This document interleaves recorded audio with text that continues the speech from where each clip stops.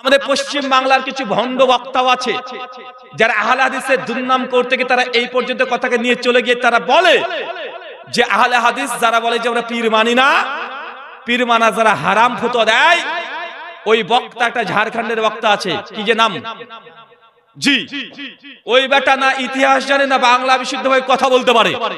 ও বেটা চিৎকার মেরে বলছে আহলে হাদিস তোমরা বলছো যে তোমরা পীর মানো না, পীর যদি তোমরা নাই মানে, যদি ভারতবর্ষে পীররা না থাকতো তাহলে আহলে হাদিস নাকি সবাই তারা শিবলিঙ্গের পূজা করতো, কারণ তাদের দাবি এই ভারত উপমহাদেশে নাকি ওই পীররা প্রথম ইসলাম নিয়ে এসেছে, প্রচার করে না? এটা শতভাগ মিথ্যা ইতিহাস। আরে ভারতবর্ষে ইসলাম চলে এসেছে অলরেডি আল্লাহ নবীর সাহাবীদের যুগে। কার যুগে? সাহাবীদের যুগে।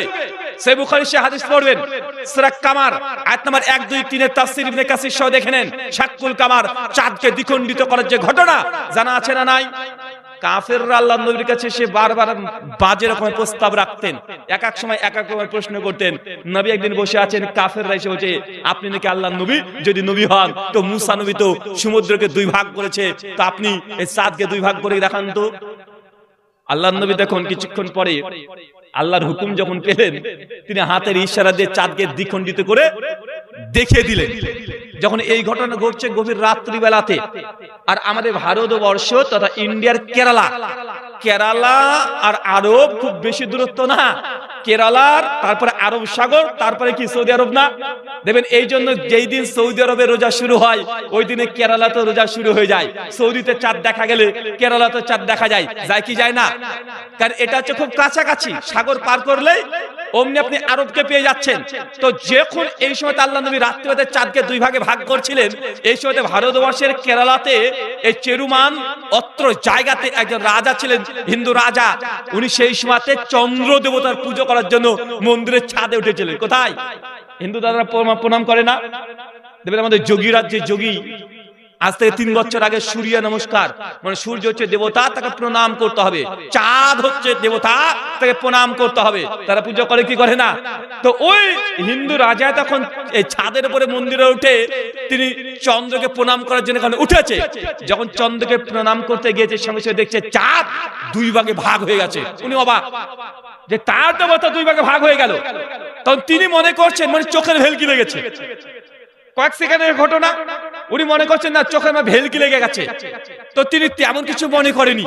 কিছুদিন পর সৌদি আরব থেকে সাহাবীদের কিছু জামাত তারা আমাদের ইন্ডিয়াতে আসছে। কেন আসছে? ব্যবসা করতে। কি করতে? কি করতে? আরে আরবরা প্রথম থেকে ভারতে আসতো, ভারতবর্ষে ব্যবসা করতে আসতো।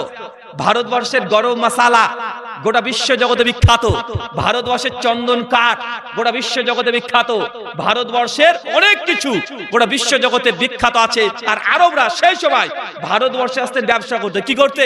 ব্যবসা করতে। তো সাহাবী তাবেঈদের কিছু জামাত ব্যবসা করার জন্য সৌদি আরব থেকে আসছে। তখন কানে কানে কানে কানে কথা চলে গেছে যে ওই সময় যে আমাদের আরব একজন নবী এসেছেন, তিনি চন্দ্রকে দ্বিখণ্ডিত করেছেন, এই করেছেন, আমাদের নবীর দাওয়াত আয়। তার সাহাবীরা আসতেন দাওয়াত নিয়ে, আর ব্যবসা নিয়ে। কি নিয়ে? তারা এমনি ব্যবসা করতো না, তার দাওয়াতও দিত, ব্যবসা করতো। তখন ওই রাজার কানে এই কথা চলে এসেছে যে সৌদি আরবে মক্কাতে একজন নবী আছে, তিনি এই চাঁদকে 2 ভাগে ভাগ করেছে। তখন তার মাথাতে ওই চিন্তা চলে আসে, আরে আমি এমন ঘটনা তো দেখেছি, আমি তো এই ঘটনার সাক্ষী। উনি তখন ওই আরবের যে কাফালা এসেছিল, ব্যবসায়িক কাফালা, সাহাবী তাবেঈদের জামাত, তাদের কাছে গিয়ে প্রশ্ন করে, তাকে ডেকে পাঠায় দরবারে, তারা এসেছে, কথা বলেছে। তখন ওই রাজা সৌদিতে যাওয়ার জন্য, নবীর কাছে যাওয়ার জন্য তাদের সঙ্গে দলবদ্ধ হয়ে গিয়েছিলেন। ঐতিহাসিকরা বিশেষ করে সুলাইমান নাদভী রাহিমাহুল্লাহ তিনি আলোচনা করতে গিয়ে বলছেন সেই সময় আসলে রাজা নবী পর্যন্ত পৌঁছাতে পারেনি, পথের মধ্যে মৃত্যুবরণ করেছিলেন। আর মৃত্যুর আগে তার যারা ভক্ত অনুসারী ছিলেন তাদেরকে জানিয়ে দেয় তার জায়গাতে, তার রাজত্বে গিয়ে যেন একটা মসজিদ তৈরি করে। আমাদের মোদিজি আপনাদের মাল্লাতে এসেছিলেন না কয়েকদিন আগে, যখন সৌদি আরব থেকে সালমান আসলেন, বাদশা সালমান, যিনি এখনকার কিং সৌদি আরবের বাদশা, উনি যখন আসলেন 2 বছর আগে, তখন মোদিজি কি করেছিলেন? ওই চেরুমান মসজিদকে গোল্ড, সোনা দিয়ে তৈরি করা একটা মানে মানে সোনা দিয়ে তৈরি করা, তাকে গিফট করেছিল 2 বছর আগে, দেখেছেন না? কেন? কারণ ভারতে এটা প্রথম মসজিদ। এখন যারা বলছে পীর সাহেবরা ভারতবর্ষে ইসলাম নিয়ে এসেছে, এখন বলেন তো এরা ডাহা মিথ্যা কথা বলছে না? ইতিহাসকে সম্পূর্ণ বিকৃত করছে না? আর আল বিদায়া নিহায়া উঠে দেখেন প্রথম খণ্ডের 162 নম্বর পৃষ্ঠা, ইসলাম ভারতবর্ষে এসেছে 91 হিজরি। কত হিজরি? কত হিজরি? ব্যাপকভাবে এসেছে 91 হিজরিতে। কার আমলে? মুহাম্মদ বিন কাসেম। ইংরেজি খ্রিস্টাব্দ করলে হবে 711 খ্রিস্টাব্দ। কত খ্রিস্টাব্দ? 711 খ্রিস্টাব্দে অলরেডি ভারতবর্ষে ইসলাম চলে এসেছে। মুহাম্মদ বিন কাসেম ইতিহাসে পৃষ্ঠায় পড়েছেন কি পড়েন নাই? পড়েছেন না? মুহাম্মদ বিন কাসেম 711 খ্রিস্টাব্দে ভারতে অলরেডি চলে এসেছে। ওটা তো সাহাবীদের জামানা। কোথায় এসেছিল ইসলাম নিয়ে? যখন অখণ্ড ভারত ছিল, বর্তমান পাকিস্তান, পাকিস্তানের করাচি থেকে 50 কিলোমিটার দূরত্বে দেওয়াল বলে একটা বন্দর, ওই বন্দরে প্রথম ইসলাম নিয়ে এসে ওই জায়গাতে ইসলাম প্রতিষ্ঠা হয়েছে। এরপরে আস্তে আস্তে দিল্লি কেন্দ্রে ঢুকেছে। মুহাম্মদ বিন, যিনি কুতুবউদ্দিন আইবাক নাম শুনেছেন ইতিহাসে, এরা 1000 খ্রিস্টাব্দ থেকে তখন এগুলো শুরু করে দিয়েছে। 1204 খ্রিস্টাব্দ থেকে দিল্লি সান্তাস শুরু হচ্ছে। আর আমাদের মালদা, মুর্শিদাবাদ, নদিয়া, বাংলাদেশের রাজশাহী, চাঁপাইনবাবগঞ্জ, নওগাঁ, কক্সবাজার এই অঞ্চলগুলোতে ইসলাম প্রচার কে করেছে? সবচেয়ে বেশি ইখতিয়ারউদ্দিন মোহাম্মদ বখতিয়ার খিলজি। কে? এখন বলেন তো পীর আসলো কোথা থেকে? এই পীররা কত বড় এসেছে? মুহাম্মদ বিন কাসেম তিনি ভারতবর্ষের সিন্ধ অঞ্চল, বর্তমান পাকিস্তানে এখন অন্তর্ভুক্ত সিন্ধ, এই জায়গাকে তিনি কি ইসলাম প্রতিষ্ঠা করেনি? করেছে। আল বিদায়া ওয়ান নিহায়ার মধ্যে ইমাম ইবনে কাসির রাহিমাহুল্লাহ তিনি সেই সময়তে 701 জন্ম, 774 হিজরিতে তিনি মৃত্যুবরণ করেছেন। সেই সময় শাইখুল ইসলাম ইবনে তাইমিয়ার ছাত্র তিনি বলে দিয়েছেন যে এই সময়তে মুহাম্মদ বিন কাসেম তিনি ভারতবর্ষে গিয়েছেন, ভারতবর্ষে গিয়ে এই অঞ্চলগুলোতে তিনি রাজত্ব কায়েম করেছেন। সুলতান মাহমুদ ভারতবর্ষে 17 বার এসেছে। কতবার? 17 বার। তাই যেই সব পীর ফকিররা নিজেদের ক্রেডিট নেওয়ার জন্য মিথ্যা ইতিহাস বলে আহলে হাদিসকে পাল্টা চ্যালেঞ্জ করে, এরা না ইতিহাস জানে না সত্য ঘটনা বলে তাদের মাযহাবকে, তাদের মতকে প্রতিষ্ঠা করতে পারে। আল্লাহ সুবহানাহু ওয়া তাআলা তুমি আমাদের প্রত্যেককে বোঝার তৌফিক দান করে, আমিন। ভাই এত কথা বলছেন কেন ভাই? আসেন আপনারা এখানে এসে বলেন। সম্মানিত সুধী, এই কথাগুলো বলার কারণ কি জানেন? আরে ভারতবর্ষে মুসলমান গর্ব করতে শেখেন, কারণ ভারতের ইতিহাস মানে কাদের ইতিহাস? কাদের ইতিহাস? এটা আমাদের ইতিহাস। আর আমরা 800 বছর ভারতবর্ষে রাজত্ব করেছি, একটা দুটো বছর নয়, 800 বছর। ব্রিটিশরা এসেছে মাত্র 190 বছর রাজত্ব করেছে। মুসলমানরা আর তারপরে সেই সময়তেই ইংরেজদের বিরুদ্ধে জিহাদ ফরজ এই ফতোয়া দিয়ে তাদের সঙ্গে যুদ্ধ করে এই ভারতবর্ষের বুক থেকে ব্রিটিশ তথা ইংরেজদেরকে বিতাড়িত করেছে কি করে নাই? করেছে। শোনেন, ভারতবর্ষে এখন আমাদেরকে বলছে যে এর চেয়ে জিহাদি বলছে না? শোনেন, ইসলামে যদি জিহাদ ফরজ না হতো, ভারতবর্ষ আজকেও ইংরেজদের গোলামিত্ব করত। সেই সময় আমাদের ভারতের আলেম ওলামারা যখন ব্রিটিশদের বিরুদ্ধে যখন জিহাদ ফরজ এই ফতোয়া যখন দিয়েছিলেন, মুসলমানরা তাজা রক্ত ঢেলে দিয়ে এই ভারতবর্ষের মাটিকে তারা স্বাধীন করেছে কি করে নাই? আজকে আমাদেরকে জিহাদি বলে কি বলছে? মানে কটূক্তি করার চেষ্টা করছে। আজকে জিহাদ এই শব্দটাকে নিয়ে নানাভাবে সমস্যা করার চেষ্টা করে। আর আমাদের মুসলিমদেরও দায়িত্ব যে এই শব্দগুলো, যে শব্দ নিয়ে বেশি তারা সমালোচনা করছে, ওই শব্দগুলো মানুষের কাছে উন্মুক্ত করে দেন। আমরা ইসলাম ধর্মের মানুষ, আমরা কোনো কুসংস্কারে বিশ্বাস করি না। গোটা বিশ্ব জগতের কুসংস্কার আল্লাহর নবী সেই সময়তেই তিনি ধ্বংস করে দিয়েছে, করেছে না? আর আমরা কোনো কুসংস্কারে বিশ্বাস করি না। আর তারপরে তো আমরা আহলুল হাদিস, আমরা আরো কুসংস্কার মুক্ত। মুক্ত কি মুক্ত না? আরো কুসংস্কারে মুক্ত। তো ভারতের ইতিহাস মানে মুসলমানের ইতিহাস। তাই মুসলমান ইতিহাসকে বিকৃত করে কেউ যদি কোনো বাজে মন্তব্য করতে চায়, তাদেরকে জবাব দেওয়া দরকার আছে না নাই? শোনেন, আমি কোনো রাজনৈতিক বক্তা না, আর আমি কোনো রাজনীতিতে আজ পর্যন্ত আমি মানে একটা পাও কোনোদিন হাঁটিনি। রাজনীতির পক্ষে বা বিপক্ষে কোনো কথা কোনোদিন বলিনি। আমার কাজ আমার মুসলিম উম্মার বিরুদ্ধে যদি কোনো ষড়যন্ত্র হয়, যদি অভিযোগ আসে, সেই জবাব যেন তারা পেয়ে যায়, আমার মৌলিক উদ্দেশ্য এটাই। কথা বুঝতে পারলেন না ভাইজান? আমাদের পশ্চিম বাংলায় এই আলোচনাগুলো প্রয়োজন ছিল না, কিন্তু বর্তমান প্রেক্ষাপটে যেভাবে মুসলমানদেরকে নিয়ে বাজে বাজে শব্দ প্রয়োগ করা হচ্ছে উন্মুক্ত ওপেন ভাবে, এটা 5 বছর আগে ছিল না। ধর্ম যে করছে ধর্ম করতে দাও, তুমি রাজনীতি করছো রাজনীতি করতে থাকো, সমস্যা নেই। কিন্তু যখন টার্গেট ইসলাম, তাহলে আমাদেরকে কথা বলতে হবে কি হবে না? যখন টার্গেট ইসলামকে নিয়ে সমালোচনা করছে, ডাইরেক্ট সমালোচনা, ডাইরেক্ট নবীর সমালোচনা, ডাইরেক্ট কোরআন মাজিদে বিভিন্ন আইনের সমালোচনা, বিভিন্ন সমালোচনা করছে, এগুলো আমাদের জানা উচিত। চলেন দেখবেন কিছু কিছু জায়গায় বলছে কি, যেসব জায়গাতে মুসলমানরা সংখ্যায় বেশি, সংখ্যাগরিষ্ঠ যে জায়গাতে মুসলমান বেশি, ওই জায়গাতে অমুসলিমরা নিরাপদে থাকে না। বলছে কি বলছে না? একদম বহুল ভাবে প্রচলিত করছে, এবং এটা মূল থিম এখন তাদের, ইসলামকে বদনাম করার জন্য। তারা প্রমাণও দিচ্ছে। দেখো বাংলাদেশ, দেখো পাকিস্তান, মুসলমান সংখ্যাগরিষ্ঠ দেশ, কিন্তু ওখানে হিন্দুরা থাকতে পারে না, হিন্দুরা পালিয়ে এসেছে। যখন দেশ ভাগ হয়, বাংলাদেশে ছিল 22% হিন্দু, এখন বাংলাদেশে আছে মাত্র 8% হিন্দু, বাকিগুলো গেল কোথায়? তারা পালিয়ে এসেছে কেন? মুসলমানদের অত্যাচারে। বলে কি বলে না? বলছে পাকিস্তান দেখো 30% মুসলমান ছিল, এখন মাত্র 6-7% আছে, হিন্দুরা পালিয়ে এসেছে কেন? কারণ মুসলমান অত্যাচার করেছে, করে এই দেশে তখন তারা পালিয়ে এসেছে। এর প্রচার চলছে কি চলছে না? আর আমরা মুখ বন্ধ করে শুনে চলে যাচ্ছি। নেপোলিয়ন এই জন্য বলেছিলেন, একটা মানুষ যদি প্রত্যেক দিন একই মিথ্যা কথা বারবার বলে, কিছুদিন পর এই মিথ্যা কথাকে জগতের মানুষ পরম সত্য মনে করবে। আপনি একই মিথ্যা কথা প্রতিদিন বলেন, এই কথাই মানুষ সত্য মনে করবে, পরে কি করে না?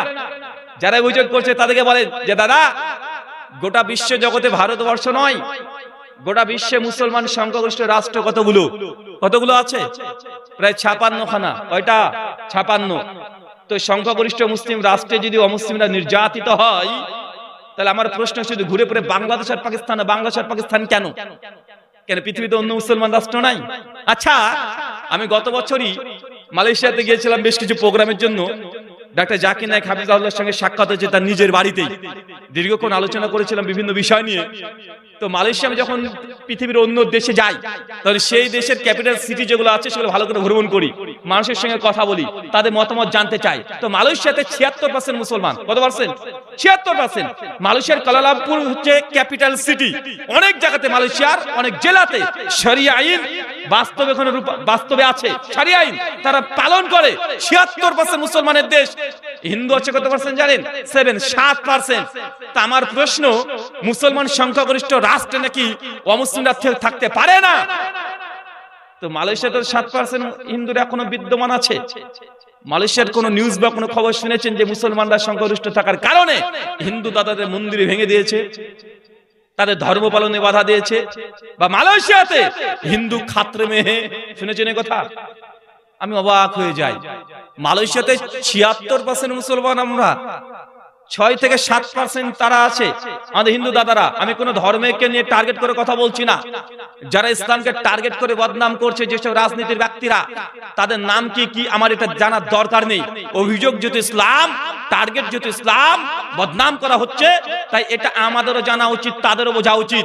আমি জানি আমাদের ভারতবর্ষের অধিকাংশ হিন্দু দাদারাই আছে, তারা কখনো এই সাম্প্রদায়িক সম্প্রীতি নষ্ট করতে চায় না, তারা কখনোই উস্কানিতে কান দেয় না। তার জন্যই তো দেখেন অনেক ক্ষেত্রে, এবারই তো আমাদের পশ্চিম বাংলাতে ওয়াকফ বোর্ড নিয়ে যে ভোট হলো, যে ওয়াকফ বোর্ড এর সম্পত্তি তাদের হাতে যাবে না।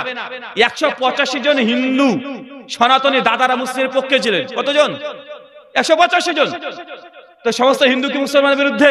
না। আরে অনেক আমাদের হিন্দু দাদারা আছে যারা আমাদের পক্ষ নিয়ে তাদের সঙ্গে কথা বলছে কি বলছে না? আমার উদ্দেশ্য এই নয় যে সমস্ত হিন্দু দাদাদেরকে টার্গেট করে কথা বলা।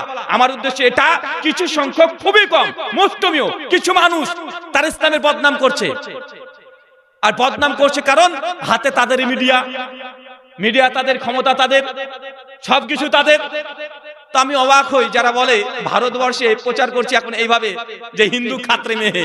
আরে ভাই, ভারতবর্ষে মুসলমানের সংখ্যা তাদের গণনা অনুযায়ী 17%। কত পার্সেন্ট বলেন? 17%। আর আমাদের হিন্দু দাদার আছে কত পার্সেন্ট? 80%, মানে 80%। এখন এই 17-18% মানুষ সংখ্যাই কম, এদের কাছে 80%। এর খাত্রে মেহে, মানে না যুক্তিতে ধরে না লজিকে ধরে। আরে 17% আমরা মুসলমান, আর 17%-এর কাছে 80% এরা নাকি খাত্রে মেহে। অথচ দেশের প্রধানমন্ত্রী তিনি তাদেরই। স্বরাষ্ট্রমন্ত্রী তাদেরই, ভারতবর্ষের অধিকাংশ এমপি তাদেরই, ভারতবর্ষের যত নেতা মন্ত্রী আছে তার 90% তাদেরই। তবে খাতরে মেহে হলো কিভাবে? আমার তো এই কাঁচা ব্রেনে ধরে না যে এত সংখ্যাগরিষ্ঠ তারাই, সবকিছু ক্ষমতায় তারা, অর্থনীতিতে তারা, আম্বানি আদানি সব তারাই, মুসলমানের কাছে তারাই খাতরে মেহে তাকে ভয় দেখাচ্ছে। আর খাতরে মেয়ে যদি হতো তাহলে মালয়েশিয়াতে হিন্দু খাতরে মেহে বললে এটা মানা যেত। কেন? 76% মুসলমান, 6% হিন্দু। কিন্তু মালয়েশিয়ায় আমাদের হিন্দু দাদারা মুসলমানের কাছে নিরাপত্তা পায়, পায় কি পায় না? ভারতবর্ষের মানুষ সবচেয়ে আমাদের হিন্দু দাদারা যে দেশটাতে ভ্রমণ করতে যায় সে দেশটার নাম কি জানেন এখন? দুবাই। কোথায়? দুবাই। আচ্ছা, দুবাই কারা আছে? আরে আমি যা পড়েছি দুবাই শেখ যারা আছে বড় বড় জুব্বা পরে, বড় বড় পাগড়ি পরে, তাদের ভাষাও আরবি, একদম সৌদি কান্ট্রির অন্তর্ভুক্ত, মধ্যপ্রাচ্য, মিডল ইস্ট, যেসব জায়গা থেকেই প্রথম ইসলামের প্রচার হয়েছে, যেসব জায়গা থেকে আল্লাহর নবীর কোরআনুল কারীম গোটা বিশ্ব জগতে ছড়িয়ে পড়েছে, তাদের ভাষাটাও আরবি। বড় বড় শেখ মুসলমান, ওখানে তো সংখ্যাগরিষ্ঠ মুসলমানরা বাস করে, মাত্র 3% আছে আমাদের হিন্দু দাদারা।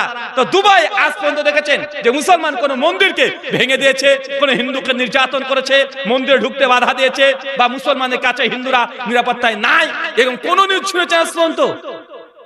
তো যদি খাতরে মেয়ে হতো মুসলমানের কাছে তাহলে কোন দেশে হতো? কোন দেশে? আরে মুসলমান যেখানে সংখ্যায় বেশি, আরব কান্ট্রি, যে জায়গাতে মুসলমানের আইডল, যে জায়গাতে ইসলামের শেষ বাণী গোটা বিশ্ব জগতে প্রচার হয়েছে, এই সব জায়গাতে সৌদি আরবে দেখেন একই অবস্থা, কাতার দেখেন একই অবস্থা, ইন্দোনেশিয়া দেখেন একই অবস্থা। ইন্দোনেশিয়ার একটা কথা বলি, কিছুদিন আগে আমাদের ভারতবর্ষের একটা নেতা তিনি আলোচনা করতে গিয়ে বলছেন, দেখিয়ে इंडोनेशिया 99% मुस्लिम कंट्री, लेकिन इंडोनेशिया के अंदर रामायण पढ़ी जाती है। মানে বাংলা করলে হয় কি জানেন? উনি গর্বে গর্ভবতী হয়ে প্রচার করছেন, এতটা গর্বে গর্ভবতী হয়ে গেছেন, বলছে ইন্দোনেশিয়ায় 99% মুসলমানের জায়গা, অথচ এই দেশে এখন রামায়ণকে পড়ানো হয়। তো ভাই এক মুখে দুই কথা হয়ে গেল না? মুসলমানরা যেখানে সংখ্যায় বেশি থাকলে নাকি হিন্দুদের উপরে নির্যাতন করে, এটা তাদের প্রথম ন্যারেটিভ, প্রথম ক্লেম। অথচ ওই মুখ দিয়ে আবার বলছে ইন্দোনেশিয়ায় 99% মুসলমান, হচ্ছে রামায়ণ পড়ে, তার মানে মুসলিম রাষ্ট্র অমুসলিমরা ধর্ম পালন করতে ভালোই পারে। এটা প্রমাণ হচ্ছে না? হচ্ছে কি হচ্ছে না? মানে একই মুখে বারবার বিভিন্ন রকমের কথা। আল্লাহ সুবহানাহু ওয়া তাআলা আমাদের প্রত্যেক মুসলিম ভাইদেরকে, যুবক তরুণদেরকে, আমাদের কাজ এটা নয় অস্ত্র দিয়ে লড়াই করা, আমাদের কাজ হচ্ছে ইন্টেলেকচুয়াল ওয়্যার। তারা যেভাবে আমাদের সঙ্গে আক্রমণ শুরু করবে আমরা সেই পদ্ধতিতে তাকে জবাব দেব। এখন তারা যেহেতু আমাদের অভিযোগ করছে ইসলাম নিয়ে, মুসলিম রাষ্ট্র নিয়ে, মুসলিম দেশ নিয়ে, ভাই জবাব দেওয়ার প্রয়োজন আছে না নাই? আরেকটা কি সমস্যা জানেন? বলছে যেসব জায়গাতে মুসলমানরা সংখ্যায় বেশি হয়ে গেলে সেই দেশের অর্থনীতি ভেঙে পড়ে। বলে কি বলে না? এই যে ফকির, উদাহরণ কি পাকিস্তান, উদাহরণ কি বাংলাদেশ, মানে দুটো দেশ ছাড়া কিছু দেখতে পায় না তারা। ওই যে যেখানে মুসলমানের সংখ্যা বেশি হয়ে যায়, মুসলমানদের ক্ষমতায় থাকে, ওই দেশের টাকা পয়সা অর্থনীতি কমে যায়। উদাহরণ কি? পাকিস্তানকে দেখো, বাংলাদেশকে দেখো, তার টাকার দাম কম, টাকার মান কম, অর্থনীতি কম, জিডিপি কমে গেছে। কেন রে ভাই? এই দুটো দেশ ছাড়া তোমাদের অন্য কিছু চোখে পড়ে না? আচ্ছা, সৌদি আরবের টাকাকে কি বলে? কি বলে? রিয়াল বলে না? আচ্ছা, সৌদি আরবের 1 টাকা আমাদের ইন্ডিয়ান কয় টাকা? কম করে 20 থেকে 26 টাকার মধ্যে প্যারালাল ঘুরতে থাকে। তাই টাকার দাম বেশি না কম? বেশি না কম? আরে সৌদি আরবের টাকার দাম তো তাহলে বেশি, ওখানে তো মুসলিম সংখ্যাগরিষ্ঠ রাষ্ট্র। আচ্ছা, মালয়েশিয়ার টাকাকে বলে রিঙ্গিত। মালয়েশিয়ার টাকাকে কি বলে? রিঙ্গিত। মালয়েশিয়ার 1 টাকা মানে ইন্ডিয়ান 22 টাকা। এখন মালয়েশিয়া হচ্ছে মুসলমান সংখ্যাগরিষ্ঠ জায়গা, এখন মালয়েশিয়ার টাকার দাম বেশি না কম? আচ্ছা, কাতার, কুয়েত, আচ্ছা কুয়েতের টাকা, কুয়েতের 1 টাকা মানে ইন্ডিয়ান কত টাকা? কত টাকা? 286 থেকে 300 টাকা। চিন্তা করতে পারছেন? মানে কুয়েতের যদি 1 টাকা দেন ইন্ডিয়ান কত টাকা দিতে হবে? 286 থেকে 300 টাকা ঘোরাঘুরি করছে।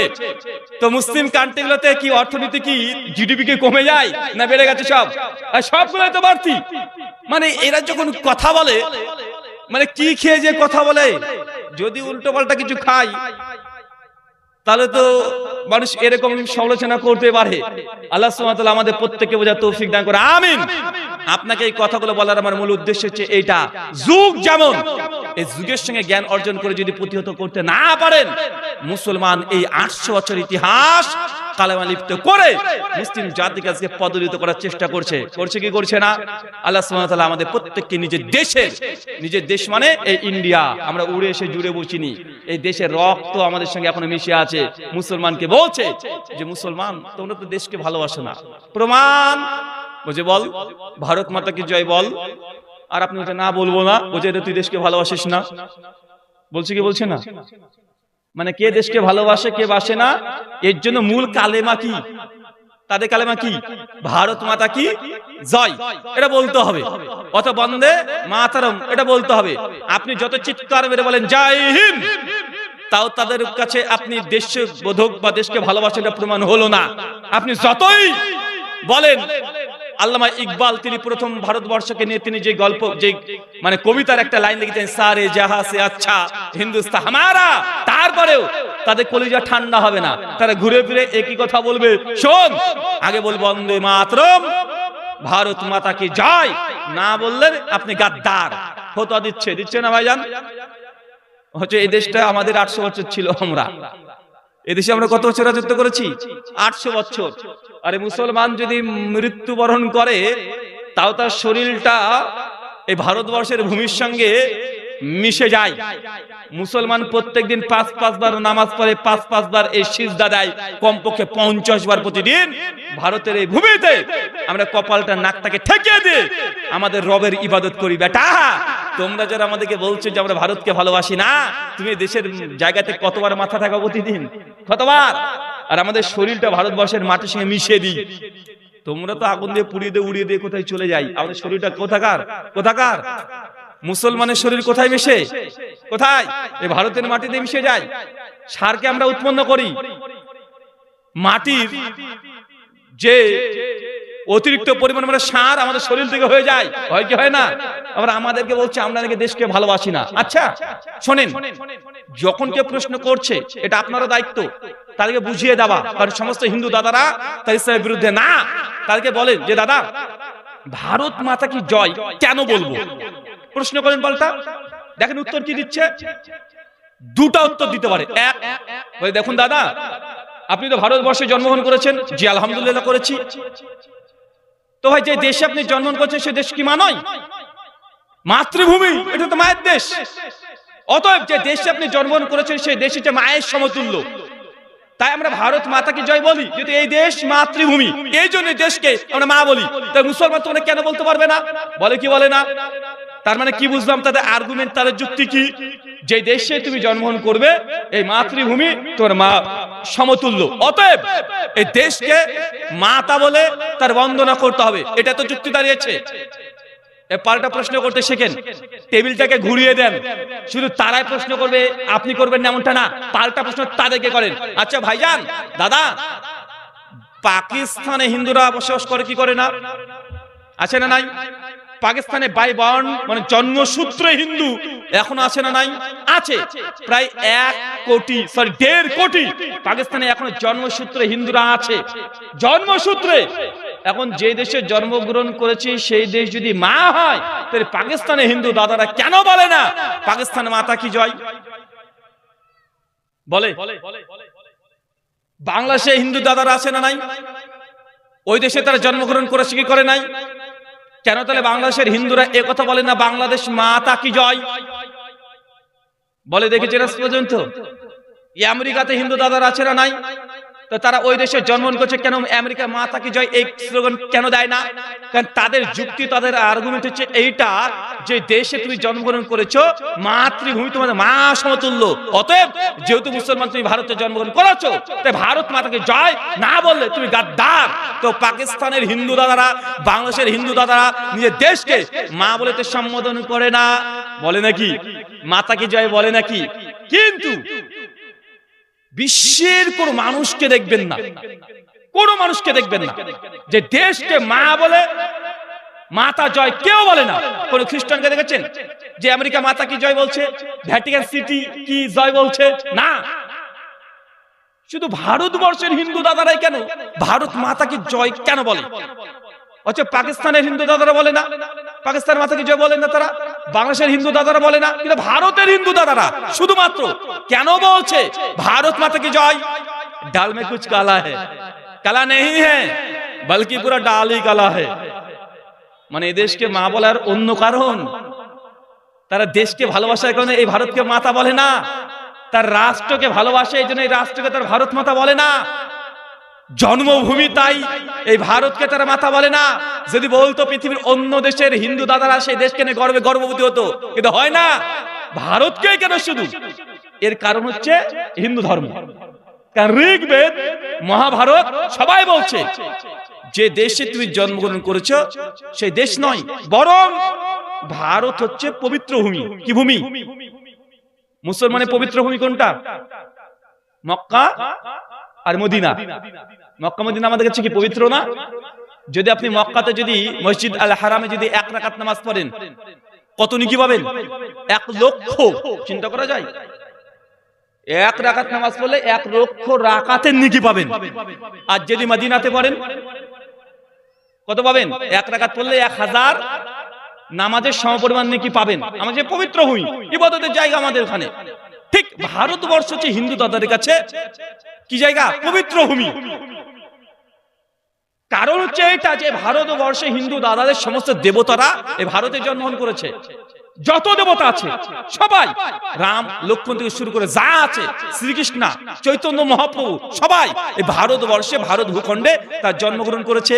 তাই তারা মনে করে এই ভারতবর্ষ হচ্ছে পবিত্র ভূমি, এটা দেবত্ব ভূমি। কি ভূমি? এর দেবত্ব ভূমি। এই মাটিকে তারা পবিত্র মনে করে, ভারতের মাটিকে তারা পবিত্র মনে করে। এই জন্যই তারা এই দেশকে তারা মা বলে। কিসের কারণে? দেশের জন্মগ্রহণ করেছে তার জন্য না। এই দেশে যেহেতু দেবত্ব ভূমি, যেহেতু অবতাররা এই দেশে এসেছে, ভগবানরা এই দেশে জন্মগ্রহণ করেছে, তাই দেশকে তার ধর্মের কৃষ্টি কালচারে মেনে এটা থিওলজিক্যালি মানে আকীদাতান এই দেশকে তারা মা বলছে। দেশকে ভালোবাসার কারণে নয়, বরং হিন্দু ধর্মে বিশ্বাস করে এই জন্য। তো তুমি এই দেশকে মা বলছো, বলো তোমার হিন্দু ধর্ম অনুযায়ী সমস্যা নাই।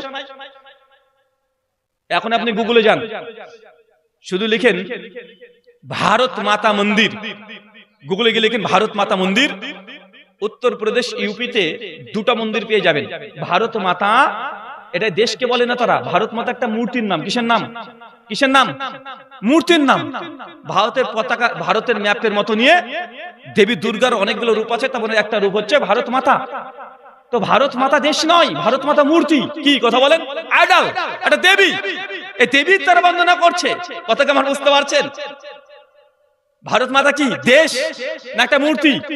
লক্ষ্মী যেমন একটা মূর্তি, দুর্গা যেমন একটা মূর্তি, সরস্বতী যেমন একটা মূর্তি, ঠাকুর তাদের, ঠিক ভারত মাতা এটা একটা মূর্তির নাম। কিসের নাম? এখন বলতো মুসলমানকে জোর করে যদি হিন্দু ধর্ম পালন করাতে চায়, এটা কি যৌক্তিক হলো? আরে মুসলমান আমরা ভারত মাতাকে জয় বলি না, শুধু তা নয়, কোন মুসলমানকে দেখেছেন পাকিস্তানের মুসলমানরা কখনো পাকিস্তানের মাতা কি জয় বলেছে? বলে? বাংলাদেশের মুসলমানরা কখনো বাংলাদেশ মাতা কি জয় বলেছে? আরে মুসলমান কোন দেশকে যদি মা হিসেবে বিশ্বাস করত, প্রথম যে দেশকে নিয়ে তারা গর্ব করতো সেই দেশটার নাম হচ্ছে মক্কা আর মদিনা, সৌদি আরব। কোন পৃথিবীর কোন মুসলমান এই কথা বলেছে সৌদি আরব মাতা কি জয় বলে? কি করে বলেন? মুসলমান যদি বলতো সৌদি মাতা কি জয় বলছে, কিন্তু ভারত মাতা কি জয় বলছে না, তাহলে অভিযোগ করতে পারতেন যে আপনি সৌদি আরব মাতা কি জয় বলছেন কিন্তু ভারত মাতা কি জয় বলেন না, তার মানে আপনার দেশকে ভালোবাসেন না। একটা যুক্তি আসতে পারতো, তারা যেই যুক্তি পেশ করছে সম্পূর্ণ এটা ইসলামকে টার্গেট করে, ইসলামকে বদনাম করার জন্য। তাই আমাদের মুসলমানের দায়িত্ব এই কথাগুলো যারা অভিযোগ করছে তাকে জবাব দেওয়া। ভারতবর্ষে আমরা মুসলমান 800 বছর রাজত্ব করেছি, আমরা পড়ে থাকা নয়। এই দেশের প্রত্যেকটা জায়গায় আমাদের মুর্শিদাবাদের হাজারদুয়ারি থেকে শুরু করে দিল্লির লাল কেল্লা, কুতুব মিনার, সবগুলো মুসলমানদের ছোঁয়া আছে না নাই? আছে না নাই? আজকে আপনি এসআইআর এনআরসির ভয়ে এমন ভাবে প্রতিদিন বিডিও অফিসের সামনে আপনি ঘোরাঘুরি করছেন, দেখে মনে হচ্ছে যে কিয়ামতের মাঠ। মানে এমন ভয় আপনি পেয়ে গেছেন যে কিয়ামতের মাঠ মনে হচ্ছে না? মনে হচ্ছে কি হচ্ছে না?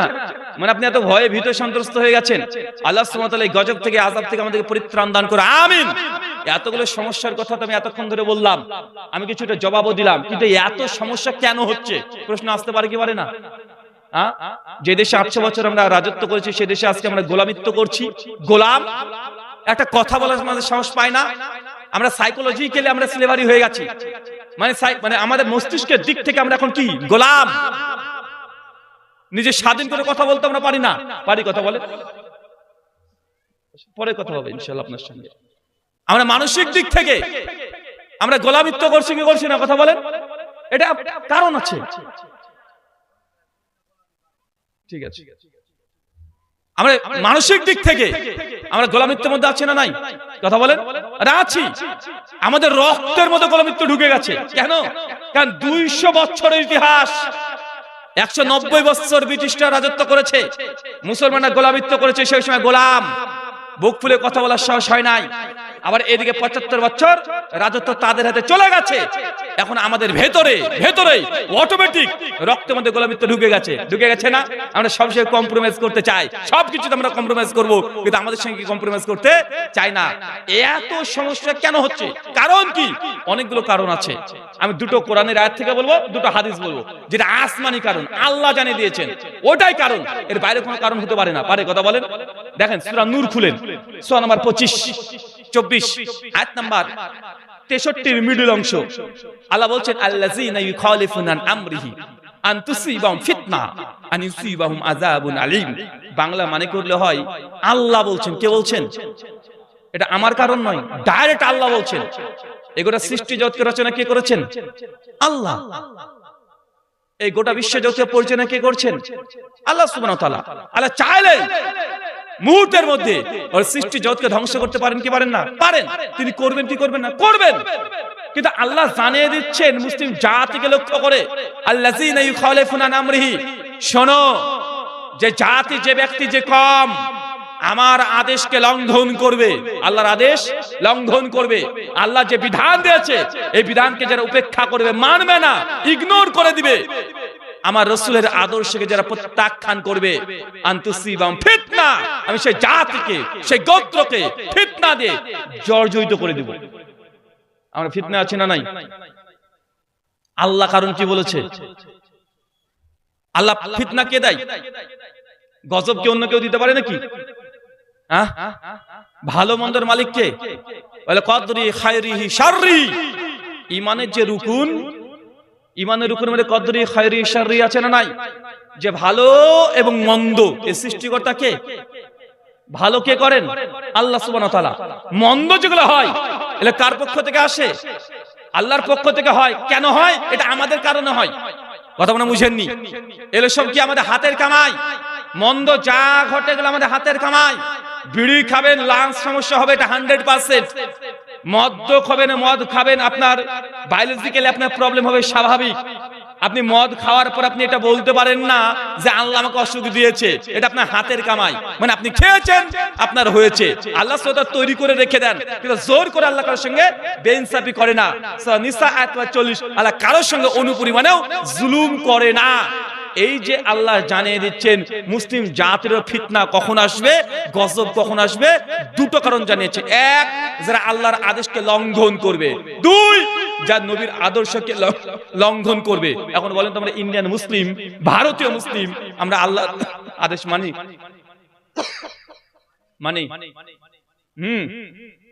মানি তো। আল্লাহর আদেশকে আমরা লঙ্ঘন করি কি করি না? নবীর আদর্শকে লঙ্ঘন করে কি করি না? আরে নবীর আদর্শ মানেন না কারো আদর্শ মানেন, আপনাকে দেখে তো বোঝা যায় না আপনি মুসলমান না হিন্দু। আপনি যে সালাম দিব, আপনার বেশভূষা, পোশাক, আশাক দেখে বোঝাই যায় না। আপনার চেহারা দেখে বোঝা যায় না আপনি মুসলমান না হিন্দু। অধিকাংশ জায়গাতে দেখেন, মানে এতটাই আমরা হয়ে গেছি যে চেহারা দেখেও যে বুঝতে পারবো যে আপনি মুসলমান না হিন্দু না নাস্তিক, বোঝাই যায় না। কার আদর্শ পালন করছেন?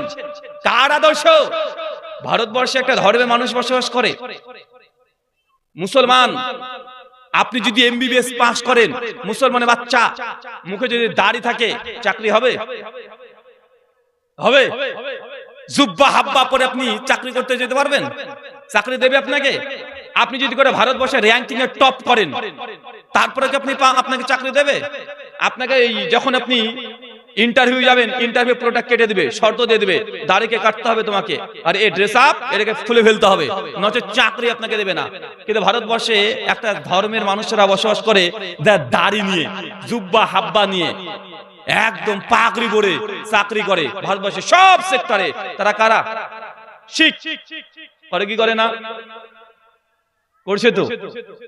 মুসলমানের বাচ্চা মোটরসাইকেল চালাবেন, মাথায় হেলমেট নেই, পুলিশ যদি ধরে লিগ্যালে কেস হবে আপনার উপরে 1000 টাকা জরিমানা, হয় কি হয় না? এটা শিখ, সে যদি মোটরসাইকেল চালায় তার মাথায় যদি পাগড়ি না থাকে কোনো জরিমানা নাই। হেলমেটের দরকার নেই শিখের, হেলমেট পরার প্রয়োজন নেই তার। কেন? কারণ সে পাগড়ি খুলবে না। হেলমেট পরতে হলে পাগড়ি খোলা লাগে। ভারতবর্ষের স্পেশাল ল তাদের জন্য, ইন্ডিয়ান ল তাদের যে স্পেশাল ভাবে, যেহেতু পাগড়ি আছে তাই তাদের হেলমেটের দরকার নেই। কেন? শিখরা নিজের আদর্শকে তারা কখনো কম্প্রোমাইজ করে না, মরে যাক তারা মাথার পাগড়ি সে খুলতে চাইবে না। আপনি যদি শিখের সঙ্গে যদি কথা বলেন, ভুল করে যদি পাগড়িতে একটু হাত দিয়ে দিয়েছেন, বদমাইশি করে আপনাকে এমন কেলাবে, উল্টা আপনি কবরের মধ্যে ঢুকিয়ে দিবে। দেবে কি দেবে না? কারণ তারা পাগড়িকে সম্মানের জিনিস মনে করে। আপনি পাগড়িকে যদি অপমান একবার যদি করেছেন, ডাইরেক্ট আপনাকে এমন এক থাপ্পড় মেরে দিবে যে আপনি ডাইরেক্ট স্পট ডেড কবরে ঢুকে যাবেন। কেন? কারণ তারা যেটাকে আদর্শ মনে করে তার অপমান অপদস্থ তা সহ্য করে না। এটা মুসলমানের বাচ্চাই। আপনি দাড়ি টুপিকে নিয়ে আপনি তো বাজে মন্তব্য করেন কি করেন না? কথা বলেন। মুসলমানের বাচ্চা নিজে আপনি দাড়ি টুপি আপনার নাই, নিজেই আপনার যে টুপি পরবেন আপনি নিজে লজ্জাবোধ করেন, টুপি পরে বাড়ির বাইরে যাবেন আপনি লজ্জাবোধ করেন। আরে মুসলমান তো দূর কি বাত, বেনামাজি তো দূর কি বাত। আরে নামাজি ব্যক্তি মসজিদে ঢোকার সময় টুপিটা পরলো, বের হওয়ার আগে টুপিটা খুলে পকেটের মধ্যে রেখে দিচ্ছে, অর্থাৎ এই যে মসজিদে খাসালা টুপি আছে রেখে দিচ্ছে। মানে টুপি পরে যদি বাড়ির মসজিদে বাইরে বের হয়, মানুষ কি না জানি বলে ব্যাকডেটেড ধর্ম করে, মূর্খ মনে করে কি করে না? কথা বলেন। কিন্তু শিখ তার আদর্শের দিকে অনড়, কোনো কম্প্রোমাইজ না, কোনো কম্প্রোমাইজ না। শিখের বাচ্চাকে যদি কেউ বলে চাকরি দেবো, পাগড়ি খুলতে হবে, ও জিন্দেগিতে ওই চাকরি করবে না। কোটি টাকা লস হয়ে যাক, ভিক্ষা করে খাবে, তারপরেও সে সেই পাগড়ি খুলে চাকরি করবে, এটা তার মাথাতে আসবে না। মুসলমানের বাচ্চা এক হাত যদি দাড়ি থাকে আর আপনাকে বলা যদি চাকরি দেবো কিন্তু দাড়িকে কাটতে হবে, মুসলমানের বাচ্চা দাড়ি চেয়েছে, ইন্টারভিউর আগের দিনে দাড়ি চেয়েছে, তারপর ইন্টারভিউ দিতে যায় কি যায় না? কথা বলেন। কেন? আপনি আদর্শকে কম্প্রোমাইজ করেছেন, তার জন্য তো আজকে এই অবস্থা। আজকে ভারতবর্ষের অনেক স্কুলে দেখবেন মুসলমান নারী, মেয়ে, বাচ্চা, আপনার মেয়ে বোরকা হিজাব পরে স্কুলে যাচ্ছে, ম্যাডাম বা শিক্ষক তারা বলছে বোরকা পরবি না, বোরকা পরে স্কুলে আসবি না। ঝামেলা চলছে কি চলছে না? মাঝে মধ্যেই দোষ কার? ও হিন্দু শিক্ষকের না, দোষ আপনার মুসলমানের। কেন? কারণ হিন্দু ওই শিক্ষক দেখছেন আর আমাদের স্কুলে 90% মুসলমান মেয়েরা পড়তে আসে, 90% মুসলমান মেয়ের মধ্যে 80% কেউ বোরকা পরে না, পর্দা করে না। এরা তো মুসলমান, এরা তো মুসলমান। এই 90% মুসলমান মেয়ের মধ্যে কেউ পড়ে না, আর তুই পড়বি কেন? তাহলে কি ওরা মুসলমান না? তোকে পড়তে কেন হবে? তাতে এই দিক থেকে দেখছে, দেখে বলছে বোরকা পরা যাবে না স্কুলে। কিন্তু এই স্কুলে যদি 90% মুসলমান আপনারা মেয়েরা যদি সবাই বুরখা পরে প্রথম থেকে স্কুলে যদি যেত, পৃথিবীর কি ভারতবর্ষের কোন শিক্ষক এই কথা বলার সাহস পেত না যে বোরখা বা হিজাব পরে স্কুলে আসবে না, বলতে পারতো? কথা বলেন। কারণ আমরা কম্প্রোমাইজ করেছি। আমাদের 85% মেয়েরা মায়েরা তারা বোরখা পরছে না, 5% যদি পরে তাহলে এটাই ব্যতিক্রম মনে হচ্ছে। এটাকে তখন মনে করছে মৌলবাদী, এটাকে মনে করছে তার ব্যতিক্রম ধর্মী কিছু করছে। এই জন্য 5%-এর উপরে এই 85% মুসলমানরা দিন ধর্ম পালন না করার কারণে 5% মুসলমান যারা ধর্ম পালন করতে চায়, আপনার মা মেয়েরা যারা বোরখা পরতে চায় তাদেরকে বাধা দিচ্ছে। তারা কেন? তাদের চেয়ে অস্বাভাবিক মনে হচ্ছে। বুঝেননি মনে হয়? সারা জীবন কলের পানি খেয়েছেন, কলের পানি খেয়ে খেয়ে খেয়ে খেয়ে মনে করেছেন এটা কলের পানি। আজকে যদি আপনাকে এই পানিটা প্রথমে চাষাকে বলতে চাষা খান, চাষা একটু কেউ ওয়াক করে থুক করে ফেলে দেবে, তিতো পানি বলবে কি বলবে না? এই পানিকে তিতো বলি না আমরা, এই পানিতে তিতো। আরে ভাই পানি তিতো না, এটা যে বিশুদ্ধ পানি, খাঁটি পানি। আপনি যে কলের পানি খেয়েছেন ওটা আর্সেনিক যুক্ত পানি খেয়েছেন, ওটা পিউরিফাই না। ওটা খেলে আপনার অনেকগুলো টাইফয়েড হতে পারে, অনেক রকমের আপনার সমস্যা হতে পারে, পেটে পাথর হতে পারে। কিন্তু এটা যে মিনারেল ওয়াটার, এটাকে পিউরিফাই করা হয়েছে, এটাই বিশুদ্ধ খাঁটি। কেন? এই ভিড়ের হোটেলে যখন আমরা সত্য টাকা প্রচার করতে যাই তখন আমাদেরকে হয় মৌলবাদী বলবে বা আমাদেরকে তখন অভিযোগ তারা ঘুরে ফিরে করে দেয়। শোনেন, একজন অফিসার আমাকে ফোন করেছিল, মুসলমান, বেচারার মুখে দাড়ি রাখতে পারে না, কিন্তু বলছে রাহুল ভাই দাড়ি যদি না থাকে তাহলে জাহান্নামে যাবে, এরকম হাদিস আমি পাইনি, আমি রাখার চেষ্টা করি কিন্তু আমি রাখতে পারি না, মুসলিম। কথা বুঝতে পারছেন? একজন ওসি। তো উনি বলছেন তবে আমি হাদিস যেটা পেয়েছি যে টাকনার নিচে কাপড় পরা যাবে না।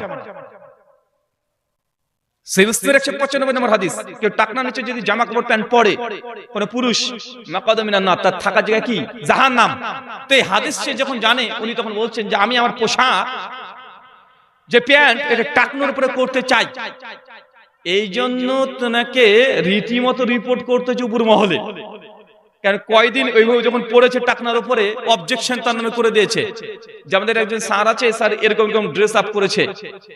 তো এটা পারমিশন নেওয়ার জন্য তাকে কি করতে হয়েছে? লিখিত দিতে হয়েছে। যখন কথা বলছে সরাসরি তখন বলছে কেন ওই অফিসারও তো মুসলমান, কই ওর তো প্যান্ট তো ওটুকু না, মানে তাদের যুক্তি বুঝেনি মনে হয়। যখন বলছে যে আপনি কি একা মুসলমান নাকি, ওই যে আব্দুর রহমান সাহেব উনি তো আইসি, উনি তো পোশাক পরে টাকনার নিচে পড়ে, তা আপনি আবার কেমন মুসলমান যে আপনাকে টাকনার উপরে পড়তে হবে? উনি কি মুসলমান না? কারণ কাউকে দেখিনি, কারণ আমরা তো নিজেরাই কম্প্রোমাইজ করে দিয়েছি। কম্প্রোমাইজ করেছি না? যখন কোন জাতি যখন নিজের আদর্শকে কম্প্রোমাইজ করবে, সে জাতির অটোমেটিকই এইভাবে অপর দিক থেকে সে আদর্শের প্রতি মিথ্যা অভিযোগ আসবে, এটাই স্বাভাবিক। শিখরা যতই হোক, কোটি টাকা লোকসান হয়ে গেলেও পাগড়ি মাথা থেকে খুলে না। তাই ভারতবর্ষের সরকার বাধ্য হয়েছে তাদের পাগড়ি রত অবস্থাতে ভারতবর্ষে যে কোনো জায়গায় যেতে পারবে, যে কোনো চাকরি করতে পারবে, যে কোনো। আরে হেলমেটই লাগে না, চিন্তা করতে পারছেন আপনি? কেন মুসলমানে কি পাগড়ি পরে না মুসলমান? হ্যাঁ, কিন্তু আপনি পাগড়ি পরে বের হন আর আপনি যদি মুসলমান হন, কেস আপনি ফেল করবেন, কারণ আপনার জন্য এই আইন নাই। কারণ আমরা কম্প্রোমাইজ করে ফেলেছি, শিখরা কম্প্রোমাইজ করে না, সব মুসলমান। ভারতের যদি জুব্বা হাব্বা ইসলামী যে পোশাক আছে এটা পরে যদি বের হয়, সবার যদি মাথায় টুপি থাকে সবার, ভাই বলেন তো সরকার বাধ্য হবে কি হবে না? শিখদের যেমন ছোট থেকে বড় পর্যন্ত দেখেন সব তাদের ঠিক আছে, তারা কম্প্রোমাইজ করবে না, না খেয়ে মরে যাবে। কিন্তু মুসলমান 5 টাকার জন্য, 5 টাকার জন্য, আপনি 5 টাকার জন্য আপনি 1 প্যাকেট বিড়ির জন্য আপনি হারাম কাজ করেন। 1 প্যাকেট বিড়ির জন্য আছে না নাই? কথা বলেন। আল্লাহ সুবহানাহু ওয়া তাআলা আপনাদেরকে বুঝার তৌফিক দান করুক, আমিন। আসমান থেকে আল্লাহ সুবহানাহু ওয়া তাআলা জানিয়ে দিয়েছেন যে জাতি আল্লাহর আদেশকে লঙ্ঘন করবে, সে জাতিকে আল্লাহ ফিতনা দিয়ে জর্জরিত করে দিবে। আচ্ছা বলে তো সুদের অপরাধ কি? সুদ খেলে কি হয়? বলে সুদের অপরাধ কি? সুদ একটা বড় ধরনের ক্রাইম। সুদ কি ধরনের ক্রাইম? বড় ধরনের ক্রাইম। ভারতবর্ষে আপনি শুধুমাত্র হেলমেট পরে যদি না জানে 1000 টাকা ফাইন। ইসলামী ল মোতাবেক সুদ হচ্ছে অনেক বড় ধরনের একটা ক্রাইম, জুলুম। সূরা বাকারা খুলেন 275 নম্বর আয়াত। ভাবাংশ যদি বলা যায়, আল্লাহ সুবহানাহু ওয়া তাআলা জানাচ্ছেন কেউ যদি সুদ খায় তাহলে সে আল্লাহ তার রাসূলের বিরুদ্ধে যুদ্ধ ঘোষণা করলো। কার বিরুদ্ধে? কার বিরুদ্ধে? আল্লাহর বিরুদ্ধে আর রাসূলের বিরুদ্ধে যুদ্ধ। আপনি আল্লাহর বিরুদ্ধে যুদ্ধ করছেন প্রতিদিন, রাসূলের সঙ্গে যুদ্ধ করছেন প্রতিদিন, তো আপনার উপরে কি আল্লাহ সুবহানাহু ওয়া তাআলা তার রহমতের চাদর দিয়ে আবৃত করবে? আল্লাহ কি আপনার পরিবারের উপরে আপনার উপর রহমত দেবেন? না, কারণ আপনি প্রতিদিন আপনি সুদ খাচ্ছেন। খাচ্ছেন কি খাচ্ছেন না? আচ্ছা এলাকাতে বা আপনার এই মসজিদে বন্ধন লোন থেকে টাকা কে কে নিয়েছেন? এটা হাত তোলেন।